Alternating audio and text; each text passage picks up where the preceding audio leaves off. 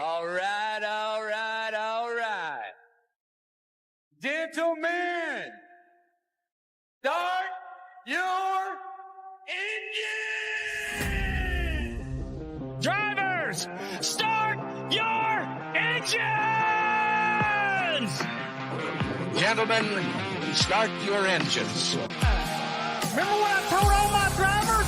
Reach up there and pull those belts tight one more time. Drivers, start your engines! And gentlemen, start your engine!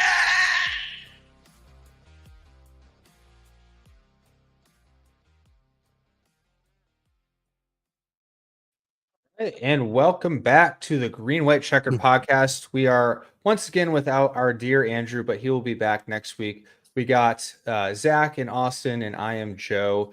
We got some playoffs at Watkins Glen, and not a lot of news this week, but let's hop right into it. Zach, how did you feel about the Watkins Glen race? Austin Glen. My God. Yes. I felt like when we talk about entertainment races versus good races, this was sort of that. Like, I felt like there was a lot of like chaotic moments, especially for your playoff drivers. I mean, you had a lap one crash that had a lot of them involved. Denny Hamlin, Bell, Blaney got taken out the first lap. All that sort of nonsense. And there was some other goofiness going on throughout the race, but the racing itself, I was kind of disappointed with, especially with all the hype around, all this excess tire wear we were supposed to see. I felt like that sort of played out how I was expecting it to, I guess. So I shouldn't be that disappointed because, I mean, race conditions are way different than a test. And the more time you give teams with the tire, the better they get, the better they figure it out. Which is why I think working on a softer tire is a great thing to do, but it's just not going to overcome everything that is, that causes an issue. Like, the car's still too air dependent. It still doesn't make enough power. So, it's whatever. It was pretty interesting though. The last restart, that battle with Buescher and SVG was really great.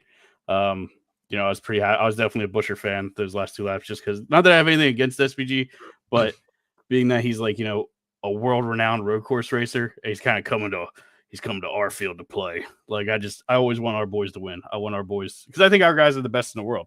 So I always want them to be able to prove that. And I think that was an opportunity for Chris Buescher to show just how good our guys are. He made one of the best road course racers in the world blink. So I think that's pretty cool. Austin, what say you? I thought it was fine. I don't know. I thought that the ending obviously was great. I thought there was some decent action within, but I think there was a lot of conga line stuff, like not a huge amount some people could do. Like, I thought it could have been better. I think there's still some work to be done on this car on road courses. I thought it was cool. I saw it especially at the last couple corners with SVG, like getting sideways and having to wheel it. Like, don't tell me you can't save these cars when SVG's drifting that corner, basically. I don't know, but I thought there's definitely some still room for improvement with this car, but obviously still got a good finish out of it, which is good. But yeah, very interesting. Yeah, I just feel like it's been the same story this year with races where it's pretty mid outside of a few intermediate tracks, and then, well, here's another green white checkered, and the finishes, bumper cars, and there's the occasional going, like, obviously this is a great battle between Chris and SVG, which was sick. And I just looked, the Gluck poll was 81.9% for a good race. And, like, again, people are skewed by these last lap wreckfest, or, like, obviously that was a great race for the win, but the rest of the race, like, there wasn't really that much passing. The tire wear, like Zach said, was as expected, until they changed this car. It don't matter if you bring paper mache for your tire, it ain't going to do anything. So, but yeah, lap one, LaJoie took out a handful of people there. That was interesting. Yeah, he did. I'm surprised he's not our kill count leader, honestly, at this point. Well, I think for the most part, he's only been like taking out one guy at a time. This is his first, I think, big even collection then, of cars. I guess we're able to continue. Like, Denny was able to continue. Yeah, I don't know what the criteria is for kill count because I don't keep track of it. I don't know, like, do they actually have to be dead, or right? I feel like they do, or is it just like you wreck somebody? Yeah. Yeah, But then- I don't know. I think that was tricky because just the way it was going. But I think it's still definitely on him. But I don't know. It's just becoming harder and harder to be a LaJoy fan these days. I added That's Drake true. in our Discord. Yeah. I'm sorry, but one of your favorite drivers is a fucking dickhead. Yeah, well, That was you bad. know, Yeah, coming that from a is- Because Kyle Drake Busch is- fan doesn't Drake mean is- much. So. Personally responsible for Corey LaJoy's action. I actually am the one behind the wheel. yes, he's calling in the hits. That's me doing that. But it was interesting hearing Blaney talk about the crash clock because it sounded like maybe they could have gotten back out there. If they Well, they didn't hadn't- give him the chance. They just took him right at the garage. He's obviously yeah. going to be biased, but I mean, that Right. is sort of like a discussion. Like, why don't we just let them tow the car back and look at it, and then, once the car's in place, DVP starts now. Like, I don't understand that because we tow the cars for flat tires, and you could argue flat tire is damage from a wreck, right? Like, you just get a flat tire, you spin out, which is a wreck. It brings out a caution. Mm-hmm. And you get stuck and you get towed back. So it's like sort of like, what's the difference, really? You're getting towed, Right. And plus, you're losing all the you're going to lose a couple laps no matter what. If you're getting towed for a tire, or if Blaney got towed for his wreck, he's going to lose maybe less a road course, but he's still going to get like punished by losing a couple laps. So, that's just NASCAR is just all over the place with that stuff. And I saw like a bunch of different like reasonings behind it. Like I saw Bob was tweeting stuff that like there was like a safety aspect to it, which I just thought was bullshit. But like he was saying something about like the teams had asked NASCAR for this because they don't want mechanics working under cars with hot fluid and ripped body panels and stuff like that. Working. Well, here's the thing: like saying working frantically, working at a fast pace, trying to fix these cars, blah blah blah. This is unsafe. So it's like, okay. So now what we do is they still can do all these things if the driver can drive the car back. We've seen some pretty awful cars get driven back to the pit box. So then they do the same thing in under 7 minutes. So now they have to work even faster and out on pit road, which is active and has moving vehicles on it. Yep. So they're under a car doing all the same stuff in less time without the proper tools. Like, why don't we just let them go to the garage? Like, if you want to do DVP, do DVP. I don't care. But it just seems like if safeties are concerned, do DVP in the garage where they can actually get the car up in the air on jack stands, all that stuff, and have all the tooling right there. Like, I don't know. Yeah. Just feels like a weird thing for teams to request because, I mean, at a certain level, we could say that, well, cars wrecking is also dangerous for the drivers. So we need to make contact illegal. Right. Just like we do in open wheel racing. And it's just like at a certain point, you signed up for that job. You signed up to be a mechanic on a NASCAR team working on a live car with hot fluids. So like, you know what I mean? Like there's a certain level where safety first is significantly too far. And it's like, you signed up for this. You signed up to do this. So why are we trying to protect these guys? I'm not saying we shouldn't protect crew members. Like we definitely should. But to what level, are we getting rid of that just for, I don't know.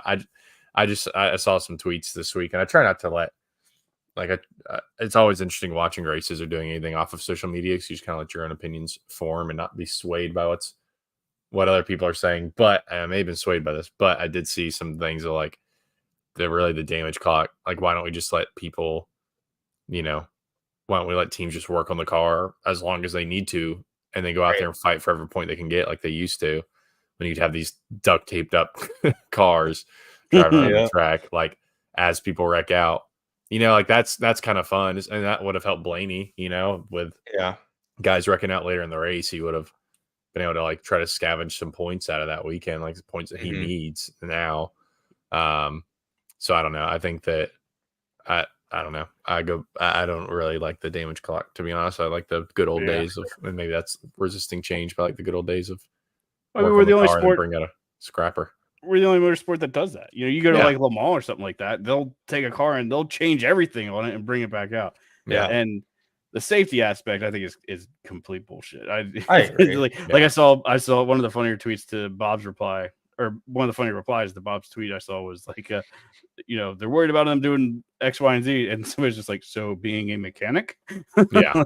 Like doing the things a mechanic does. I think really the real reason is is it's a cost savings thing because then it keeps teams from bringing all these different crash carts with, basically a full car ready to bolt onto any sort of broken car that you have. Basically replace every panel, which, I mean, you can still limit that. Like, Right. You can only do certain things, you can only put bare bottom. And I think they did limit that for a while, if I remember right. Because I do remember there was a time where they would put like full front clips on the car. And they said you can't do that anymore. Like, you have to just do tape and Bondo or whatever they put on to keep everything secure. So I don't know. And I think another aspect of it too was like the debris cautions. Like, you send a car out there with shit flying off of it, and now all of a sudden you got a piece of sheet metal or whatever this is, composite body, just laying on the track, and you get a debris caution. But I mean, you could easily solve that by making each car subject to a quick inspection per a NASCAR official. Like, NASCAR official looks over it. Yeah. Make sure nothing's just going to fly off. Right. Or if you go out, I don't. Yeah. You can still get black flagged unless you're Chase Elliott at the road. Right. Let's enforce some of the rules that we have existing. Yeah, exactly. But it's we don't want a bunch of race car of Theseus or whatever driving out there where you've replaced every part of this race car, so it's no longer the same race car. But I think don't other motorsports have limits on what you can actually replace, like live? And it's like, you can replace the wing, but you can't replace the whatever. It's like maybe, you can't replace the parts, but if you can get out there driving and still have like enough of the safety parts on there, I don't know. I don't. I wish we still had those scrappers running out there. And plus, too, it's like, all right, if say the fix takes 15 minutes instead of 7 for the damaged vehicle clock, they're still going to be rushing in the garage and like trying to do it fast so they can get back out. Like, obviously their day's over. They're going to be down 10, 20, whatever laps. But, if Blaney, maybe this is a bad example, but, say Blaney was able to fix his car and Ricky was the only, and Ricky and AJ were the two ahead of him that crashed out early. He could have got 2 more positions. And in the playoffs, 2 points means a lot, right? And plus, sponsors would like to see their car out in the track more, I'm sure. So I don't know. I agree. I think we should just let the boys have at it and yeah, maybe I think like Austin said, have an official like just kind of double check and make sure nothing's going to fall off. I think the only way you could sell me on like a DVP from like a safety perspective is saying that the car is too damaged that now it's unsafe. So like they feel that if there was another accident, you're in even more danger. But then you could just disqualify any car that took a substantial hit. Like if you see a car get into an accident, hit the wall hard enough, you could just say you can't come back out. So that would be, I don't know if that would really be the solution or not, but I don't know. I'm not a fan of it. I don't like it. I think Matt Kenseth got, what was it? It wasn't a DVP violation. I think he had too many men over the wall is what he had. Never mind. There was a year like he was in the playoffs for the chase. I forget whatever it was. And they're working on his car. And I think one extra guy went over the wall and they got like disqualified from the race or something like that. But I don't know. Yeah. Well, and better news, all 3 Spire cars had top 10 finishes. How about that? We had Carson Hocevar 3rd, Zane 5th, and Corey LaJoie 8th place. So good for those guys. Get a little triple top 10 there. Yep. Which definitely is Spire. Freaking Carson, I thought he was about to win the damn thing. That would have been nice. You know what Carson is to me? You know the Dumb and Dumber thing? Just when I thought you couldn't do anything dumber, you completely redeem yourself. That's Carson Hocevar. Because like I was watching him qualify. I was watching qualifying. He shoots the boot. Like he overshoots the carousel and goes into the boot. And he's sort of staying there, like out of the way, like, okay, just there's like a minute left of qualifying. He's like hanging out there. And then he starts backing up and just like parks it right at the exit of the turn. And the broadcast is like, what is he doing? And he just looks like a complete idiot. And then he comes out and has an amazing race and gets 2nd or 3rd. He was running 2nd.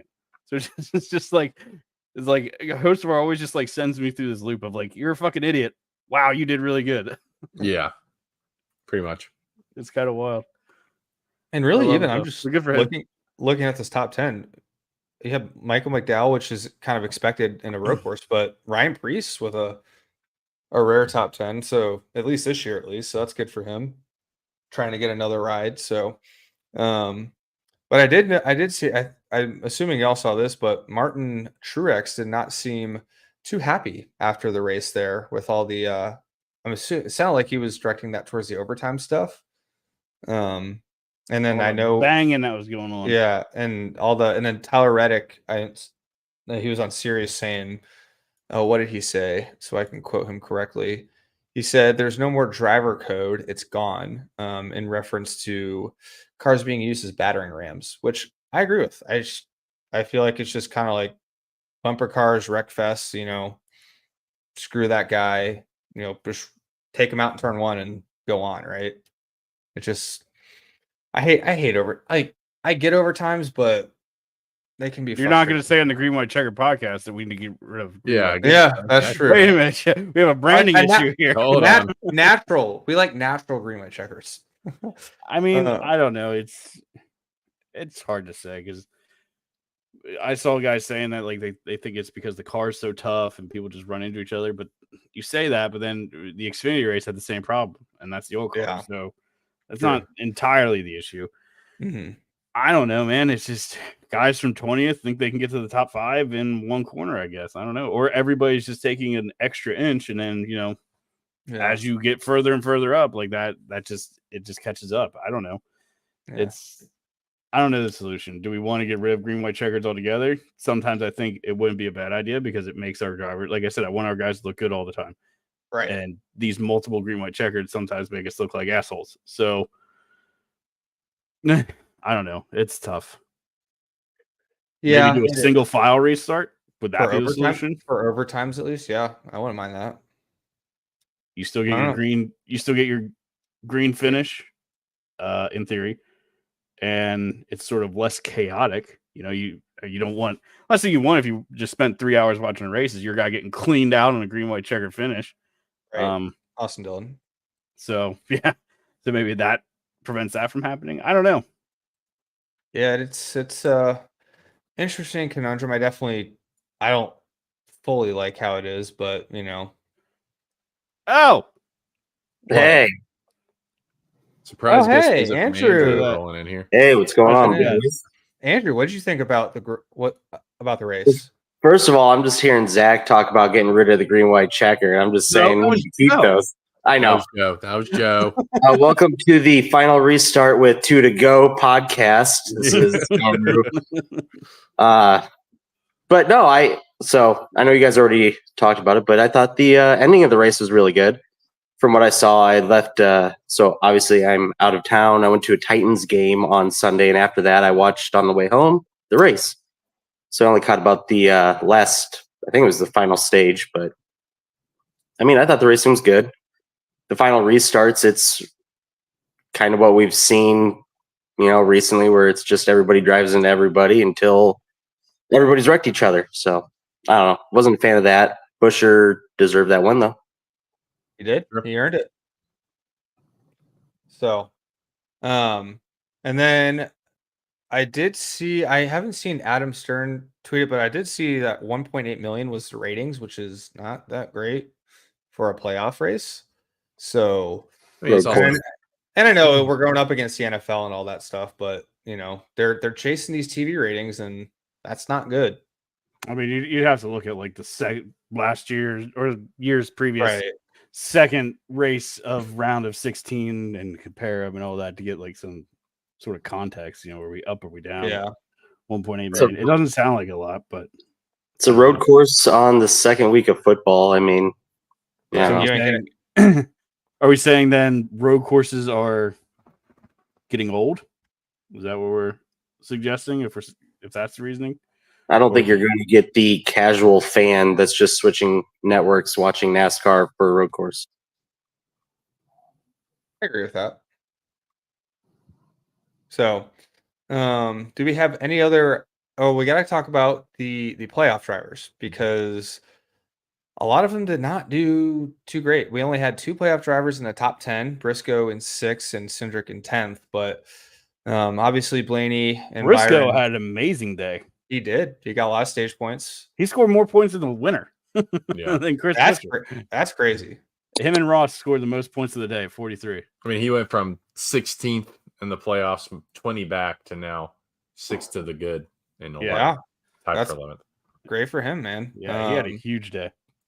Yeah, he had, Which is Helps that surprising. Denny wrecked out and Martin and Brad wrecked out and Oh, for Martin sure. was But I mean, quick. even still in the early stages, he was getting good stage points. Finished third and seventh in stage 1 and 2. I thought by this point, SHR would just be putting lawnmower motors in their cars. Like, Yeah, right. You know, I'm really surprised. not. They got 2 top 10s there. So Yeah, they're still chugging along. So good for him. So out of the bottom 4 currently, we have Denny -6, Brad -12, Martin -14, and Harrison Burton -20. Which one do you think makes it through? If Denny. Yeah, it's kind of the obvious pick there, especially at Bristol. Harrison Burton ain't getting nothing for that. But I'm surprised. Austin Cindric, man, I had him going at round 1, and he's pretty much a lock. Hate to see it. Yeah, I mean, he got up there and got points at Atlanta. He did. And obviously going to a road course here is good for him. So, you know, he did what he had to do. And Suarez is up there, not quite as much of a lock, but he's plus 36. So I know call that a lock for sure. Yeah, pretty much. He just can't finish last, and he's fine. I know that was kind of a popular round 1 exit pick. So looks like he is safe, barring catastrophe. I can't speak tonight. So yeah, it's going to be an interesting Bristol race for sure. I'd be curious to see some of these guys who are like, it's kind of a big jump. You have William, who's 10th, 25 to the good, and then 11th, tied for 11th is Chase and Ty, both 6 to the good. So it's a bit of a jump. I'd be curious to see if any of these guys who feel like lock, I feel like anyone 25 plus, I mean, that's a pretty good buffer. You just got to go out and run a decent race. Curious to see if something goes wrong for any of these guys that knocks them below that buffer. And then you got, the points rolling around between probably Denny and, maybe Brad if he's running good. But this is why I like the playoffs, man. This is the one redeeming quality of the playoffs is it's create a lot of excitement. Is even if Bristol's going to be a boring race, there's still those lines to watch the whole time. I'm telling you, if you could get rid of winning in, I am all in on the playoffs. I hate winning in with a passion. Like Harrison Burton should not be here. I think if you win and you're outside of the playoff picture, if you win in the first round, you should take the last place guy's spot. Like, because Harrison Burton just shouldn't be there. Like, it just pisses me off that he's there, frankly. Yeah. I mean, Suarez, whatever, but he was like 17th or 18th in points. But Harrison Burton, 34th, and we could have had 2 if they let the Austin Dillon win stand. Yeah. That's the part I hate. If you get rid of that, and I hate that Joey's locked in too. And the other thing, like as far as the lock-ins, I think it would make that last round really exciting because they always talk about the round 8, you win Vegas, and you don't got to worry about anything. And I think it'd be fun to see all the playoff guys be on their toes because then we always start. Then you win Vegas, you don't have to do Homestead, you don't have to worry about Marsville. You just focus on Phoenix. Make all 8 stay on their toes that entire round. Yeah, they all have to go out and perform. There's no free pass to Phoenix. You have to actually just work at it every week. And you can still give a few more points to the winner, of course. But yeah, I think that'd be fun. Yeah. So any final cup talk before we move hit Xfinity and then get in the news? Just what a drive by Busher. I mean, beat SG like with how he did it, just great racing. Yeah, straight up. Richard Childress somewhere is punching a bag. Didn't have to clean him out. It was good hard racing. That was quintessential NASCAR racing. You had SVG move him in turn 1, and then Chris Buescher just started chasing him back, made him slip, and he gave him a gap, and he went for it. Yeah. And there was contact and everything. It was all perfectly clean. That was NASCAR. Not cleaning someone out, Austin Dillon. Yeah. What was it that Richard said? This penalty will change NASCAR forever. Well, I don't think it did. That's not true, bud. Go back to your top of the spotter stand where we accidentally walked up that one time with Ward. So Xfinity. Ward Burton. Yeah. What's up? Ward Burton. Yeah, there you go. There's so many Burtons. I had to figure out the name there. Zilich won the Xfinity race as well as ARCA. So that's your ARCA second of the podcast. So very, very happy for him. He ran a good race, and we'll see. I think he almost didn't. almost didn't. He almost gave close. it away. Yeah, and as always, Xfinity is always. I the wonder. best race. I never heard what Ty Gibbs' thought process was. Did you guys see what happened? Mm-mm. I didn't catch Xfinity, so that's on you. They were doing pace laps, and I think it was Ty Gibbs, Sam Mayer, and Zillage in that order, first through third. And they were coming to the bus stop, and Ty Gibbs cuts the bus stop. They're under caution. He cuts the bus stop under caution. Sam Mayer cuts it, and then Zillage just follows him through.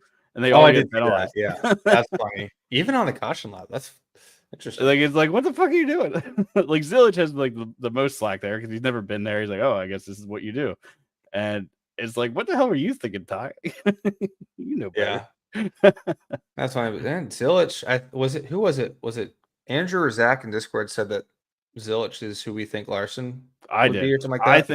I think Connor Zillage could be. It's still very early in his career. Yeah. But he could be what everybody claims Kyle Larson is. And I'm not saying that Kyle Larson is bad, but he's very, like, I mean, I know he's done some road stuff, but like Zillage has done, he's won Daytona, he's won Sebring and LMP2, he's won MX5 Cup, he's won was he? Arca. Well, Arca, who gives a shit? But like Trans Am. There's something else he did too. I can't remember what it is. But he's just in like everything, all sorts of disciplines. Whereas Larson, he's very, very good. I'm not saying he's not, but it's like all oval stuff. Like it's dirt track stuff, it's NASCAR, it's IndyCar. He's very good at all that, but it's still just all sort of one discipline. So I'd like to see Larson sort of take on some more road course things, maybe get to a GT3 car and do something sometime, or do another Rolex and see how he does. Because even when he did it, it was sort of like a different world. It was like they did the DPs back then. I don't know if the competition level was as high as it is now. Like IMSA now is like very competitive, especially because I think you can get all those European teams over with like the rule sets and everything they have. So I think it's a little bit different today than it was even back when Larson won his, was at 2015, 2016, or whatever that was. So I don't know. I would just like to see Larson get in some like actual road stuff and race with some world-class road talent. Yeah. Connor Zillage is the real deal. I mean, I know Zach and I have both been pretty high on this kid for a while now. And I agree. He's like, I think his goal is to make it to F1 at some point. Wow. And I think I heard he gave up the F1 train. Yeah, he was on a team, but he still wants to make it there, he said. Yeah. Well, I mean, he's a Red Bull athlete, so who knows? Yeah. There you go. Could Connor Zillage be Max Verstappen? People are asking. It'd be crazy if he makes it to Cup, wins a championship, goes to F1. That'd be some shit, wouldn't it? That would be crazy. Wait, so in Xfinity playoffs have not started yet, correct? Correct. I think this is their like cut race. Like this is their last year. Okay. So I have it pulled up. So cut line is plus 43. So Sammy Smith's got that 12 spot. So anyone below that, you pretty much are going to have to win. Well, actually, Parker Kligerman's out. We were talking about, we didn't really have any news. Parker Kligerman's not racing the 48 next year. That's true. That is. I forget who's taking the seat, but Parker Kligerman's out. I don't know if I saw who was taking a seat, but yeah, he announced. I thought it was. I don't know. I thought I heard a name, but I can't remember what it was. But you know what? I think it might be somebody fact check me, but it might be Nick Sanchez.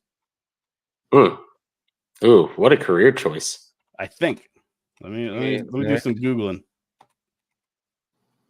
Nick Sanchez, Grid Radio here. I'll let you racing. I'll let you handle that one. But yeah, speaking of some news here, this just happened a few hours ago, but Ty Norris is leaving Trackhouse effective immediately. And I think, is it confirmed he's going to college, or is that the rumor that he is? Yeah, rumor. That's interesting. We'll wonder if that was mutual or he just bounced. I mean, so the weird thing right now is, colleague's kind of the JRM to Hendrick. So I don't know. I mean, it's weird that he's going to the sister team type deal, the lower series. I don't know. He's going to change colleague, obviously. Right. I want to know how. Is he just adapting the business model of Trackhouse, which is very successful, it seems like, but I don't know. It's going to be interesting to see what ends up of this. Right. I think it's So the start of a merger. yeah, you did mention that earlier. Like, it happen. We'll see. Didn't I call that back in April or something? I May? don't remember. I Sure. believe you said something like that. Yes. We'll let you have it. I have it saved on the sheet somewhere. I just don't know where. I like you. them. Trophy hunters. And then it is official. Last week we had the announcement for the announcement, but Larson is doing the double again. And then Rick said that the priority is Charlotte. He'd put in the backup if it rained, but good luck doing that. I hope it rains. Just to see what actually happened. Yep. Tony Kanaan is. Did you say Tony Kanaan's his backup? Did you say that? I think so. Yes, that's what I saw. He is. I didn't know if you said that or not. He definitely is. Yeah. That is confirmed. I'm not seeing anything saying Nick Sanchez. I might have made that up. So You heard it here first. do not take that to the bank. I don't know where I got that from. I must have just we made have it up. sources. It just came to me in a dream, I guess. I don't know. Yeah. And then quick F1 note, speaking of McLaren, they are now leading the Constructors' Championship over Red Bull. So leading. I thought you said leaving earlier. no, leading. They are winning the Constructors' They're Championship winning it. at the moment. Wow. So let me see how I still think Lando is far off for driver. Yeah, he's still 60 points back of Max, so that's probably not happening, but No. cool. Max is not winning every one F race. There's your F1 update. Sweet. But we got Bristol, baby. We got Bristol this weekend. On the concrete. Guys, I don't think we're gonna expect the same tires. I wish we would, but as we saw with last week, all that testing they did at Watkins Glen ended up being for nothing. So what do we think about Bristol? I mean, I don't know. I don't think we're gonna get the same tire issue because they don't even know what happened. Like they can't figure out what caused it. So Right. I'm not sure if we'll get the same thing or not. We'll see. But one of my favorite races of the year, the 5th crown jewel, I call it. I think it should be a crown jewel. I definitely think it should be considered one. Bristol night. It has to be, right? It's like it's like one of the biggest races of the year. How's it not? So what? 600, Southern 500, Daytona 500, 500, 600, Southern 500, and Brickyard. Indy. Which if we're keeping 4, I'm dropping Indy. That's same thought. I feel like we have this discussion every 3 weeks. Feel like we have this discussion, but it's still that feels gypped from IndyCar. Like it feels like we stole that from them. So I think if we're gonna keep it 4, it's got to be Bristol replacing Indy. But I mean, I'm fine with 5, but I'm almost a little bit happier just dropping Indy. Let's just add the Die Hard 500 at Dega. That's number 5. I don't know if I'd call it Zach doesn't like super speedways. Hater. I don't like super speedways. I like super speedways fine. I just don't know if I'd call a Talladega race a crown jewel. I've never really seen it that way. Like I've never, like you don't hear them. Oh, you just gotta win at Talladega. Like you don't really ever hear that. You hear about Daytona. You don't ever really hear about Talladega. Playoffs. Yeah. You hear it because of the playoffs. Got to win at Dega. You got to win everywhere for the playoffs. Win. That's true. And then we have at Bristol, we have dirt sensation Corey Day making a truck start. So that'll be his first one. So it'll be cool to see. Like seeing these dirt guys, late model stock guys getting some shots in the big leagues. So that'll be who's he driving for? Is it Aspire? I think it's a Spire Hendrick thing. Yeah, it's a Spire Hendrick thing. It's a HendrickCars.com sponsor, but I didn't see like officially Spire announced anywhere, but I would assume it's a Spire thing. Yeah, it's like I think he's doing 2 or 3 races. This is his first, and I forget where he's racing. And same thing with Zillage. He's actually doing 2 more races, I think, at least. Kansas and Homestead. That's right. Yeah. I don't think he's doing any other ones, but he's at least doing those. So we'll see how he does on a road course or on an oval. That'll be interesting. Especially Homestead in that Xfinity car. That'll be fun to see what he can do. Mm-hmm.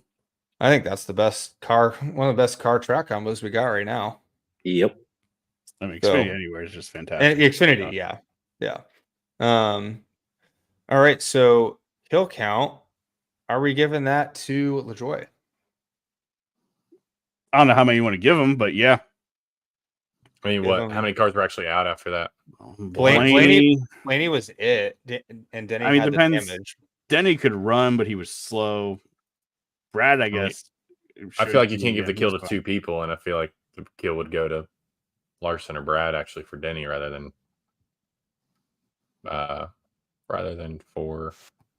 Corey. You know what I mean? Because that's what actually like ended his race more or less. I suppose. I think it would 2. Definitely Blaney and Andrew, when you do the kill count, when you do it, do you count if somebody's damaged out like or damaged? Damaged and causes, like you said, Denny was slow. I would give that to one, as one because it ruined his race. He's not going to win, right? Yeah, that's true. True. And then I don't remember the William and Brad one. Who caused that? Or Joey. Joey caused that. Yeah. Was Joey? Yeah. I think Joey was on the inside or something. I forget. Yeah, Joey got like loose or something and moved over. Mm-hmm. There he is. Logano. Okay, we'll give him 2 for that. And I think that's all we had kill count wise. Unless I'm forgetting someone. Somebody got backed into the wall in the final turn. I think that was a place. It was near the end of the race. I don't remember that. I was going to say the one that actually the second Denny wreck. I was trying to think of who would be responsible for that one. I don't know. That's kind of 3 wide into the S's. There's just it's not going to fit 3 in there. So I don't know. I don't know if I'd give that to anyone. I mean, honestly, if anything, Denny was. I mean, Larson's coming back up there, and Denny was pinching them both. I don't know. He said he was trying to lift. I don't know. It's like Denny was slow. He was lifting for somebody, and from what Denny said, I didn't see the whole thing, but Denny was letting somebody else by going into the S's, and then them two came up and just saw an opportunity, I guess, and tried to go 3 wide with him, trying to clear him quick, I guess, and it just shit didn't That work. makes sense. Yeah, I think that's just a racing deal. We'll keep that at 0. I feel like. No, it's Joey. He gets it. Cindric. Racing deals default to Joey plus 1. Yes. Yeah. Whether he's involved or not. I fully support that. All right. Let's see here. We got no, I guess it's a good time. Be sure to submit some OnlyFans via Twitter, Discord, YouTube. Leave a comment and we will answer, comment, question, whatever you got. Like, comment, subscribe on everything. We're on everything. So be sure to show us some love. We would greatly appreciate that. And then let's hop into Survivor. Zachary, take it away. I don't know if we want to hop into Survivor this week. We did not do well at all. We did No not. one did. Let's see. Let me get it up. Here, there. So yeah, Joe won with Bowman in 18th. Yeah, I did. And then Andrew was second with Elliott, who was 19th. Then Drake had Truex, who was 20th, and then I was last with Ty Gibbs, who finished 22nd. So bad week all around for us.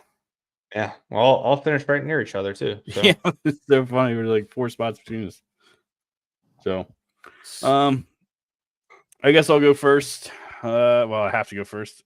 You have to. I think I'm going to go Denny. I don't feel great about it because he has not been running well at all lately, especially since the playoffs started. But you could argue Bristol is his house, and Chris Gabehart gave him one hell of a hype speech at the end of the race. So I think they're going to go into Bristol looking to right the ship. Already burning your champion. I don't know who you're going to pick in the final 4 then. If he keeps this up, he ain't making it past round 12 for sure.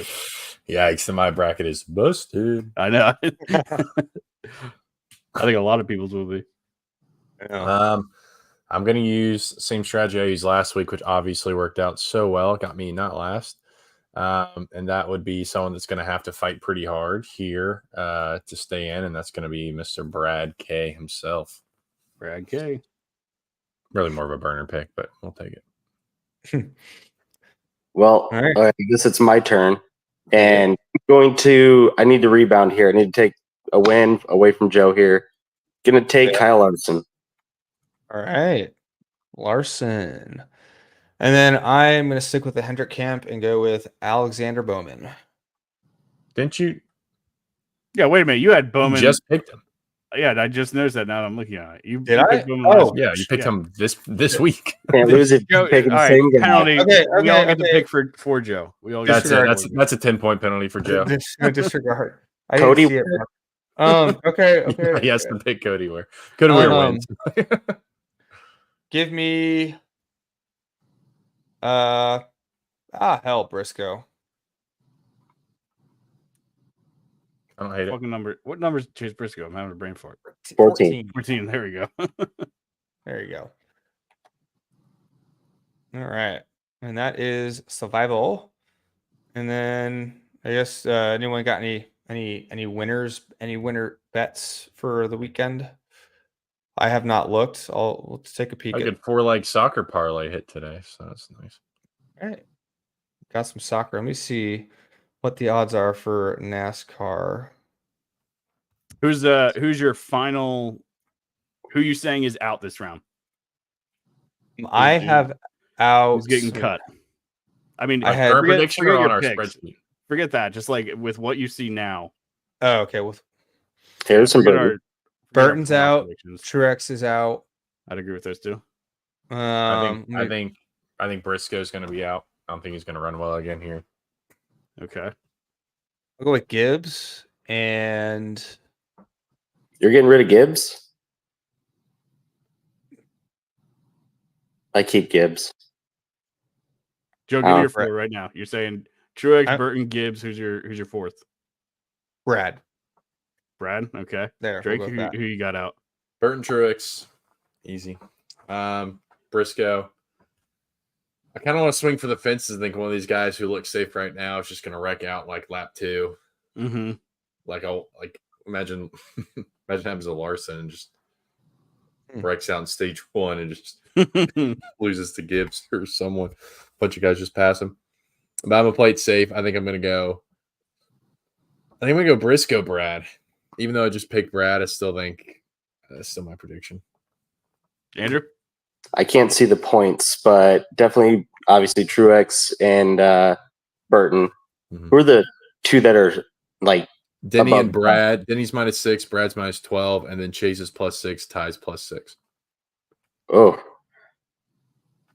Okay, so here's what I'm going to do. I think Brad and Denny both make it, and the next two. Who's 3 above the cut line or third? William Byron at at +25. Oh, and Larson's Big plus jump. 26. So all right. Yeah, I'm just going to take out Briscoe and Gibbs. Then they're going out with Burton and yeah. Truex. I think Yeah. I'll go Burton, Brad, Gibbs, and Briscoe. I think Truex makes it. I think Truex and Hamlin both get out. Okay. Get out of the cut. Make it to the round 12. So Denny, back to betting. Denny is the highest odds at +500 or lowest odds at +500. Larson's +700, and a lot of everything else is pretty much over +1,000. So FanDuel has Bell at +750.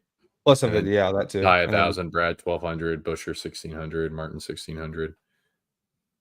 some good value. Good, like Busher would be a good spring because he's won there before. He's a good short track racer. So I don't know.